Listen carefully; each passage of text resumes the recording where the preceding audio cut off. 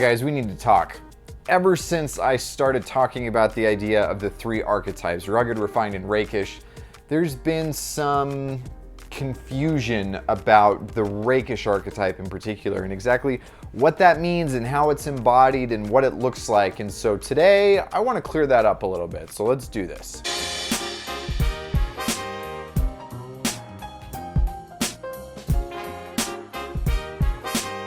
So in order to do this, the first thing that we need to talk about is the fact that these archetypes and the way that I help you understand which is your primary archetype may not have anything to do with your style, but it has to do with how you interact with the world around you. And so you should adjust your style to fit your life, not adjust your life to fit your ideal style or your ideal aesthetic. Now, that doesn't mean that you can't pull from things that may be different from your primary archetype or maybe different from your main tribe, because that's what's in line and congruent with your own personal taste. That's one of the things I teach my coaching clients. But you should adjust your style to fit your life. You should not adjust your life to fit your style. We've said that twice now.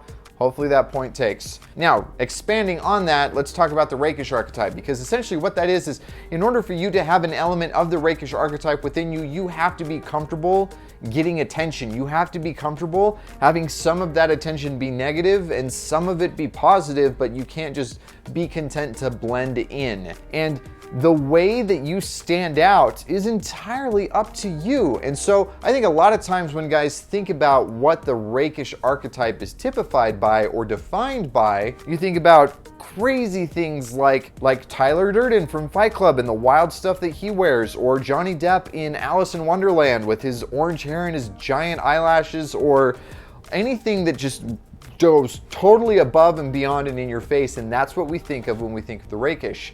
But that's only getting within one small component of it. And the reality of the rakish archetype is, unlike gender, it's actually on a spectrum. And so you can have something that is only modestly rakish to something that is extremely rakish, but either way, rakishness is on a spectrum. Take the outfit that I showed you guys that I'm wearing today. Talk about super simple. It is jeans and a t-shirt and a pair of sneakers. By majority definition, that is not rakish, but because they're a light wash pair of jeans and those are bright red sneakers, and even just the little tiny detail of having a pocket on that t-shirt, that ups it just a bit into the rakish territory. Now, if I go to a college campus, or if I go to a summer concert, or I go to somewhere else where what I'm wearing today is your typical uniform, then all of a sudden it's no longer rakish, because not only is rakishness within this spectrum, but it also is incredibly context dependent.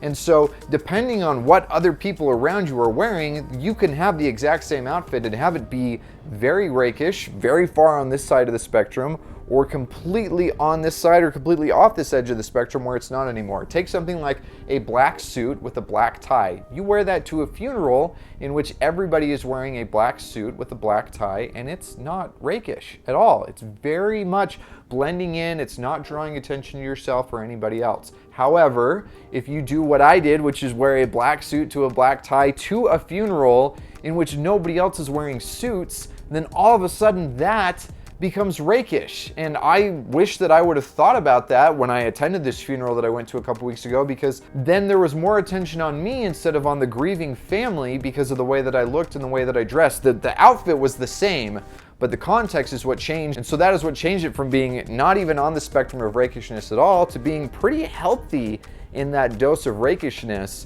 just because of what's expected around me. Now, the thing that's frustrating about that for me with attending that funeral is that my desire was to not be rakish. You don't go to a funeral to get attention for yourself. And so in that context, my clothing was not benefiting my lifestyle. It was not contributing to what I was there to do. It was distracting from it. And these are all principles that we've talked about before, but you have to understand that that's so much more magnified and amplified when it comes to the rakish archetypes. 3 takeaways from this. Number 1, Know that your archetype is defined by the way in which you interact with the world, not by what style you think is cool. Number 2, know that rakishness is on a spectrum. It can be very modest to very extreme, and however you decide to use it is up to you and can be embraced either way. And number 3, know that rakishness, just like anything else with style, is context dependent, and so if you do not have it in the right context, it may not be very rakish at all, or it may be way overly rakish compared to what it is that you're actually trying to accomplish.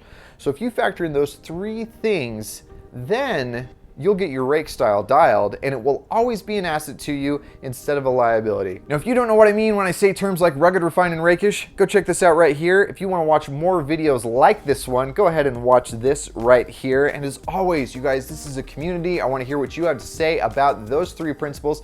So leave me a comment below. If you're not subscribed, make sure you do that, and I'll talk to you guys on the next one.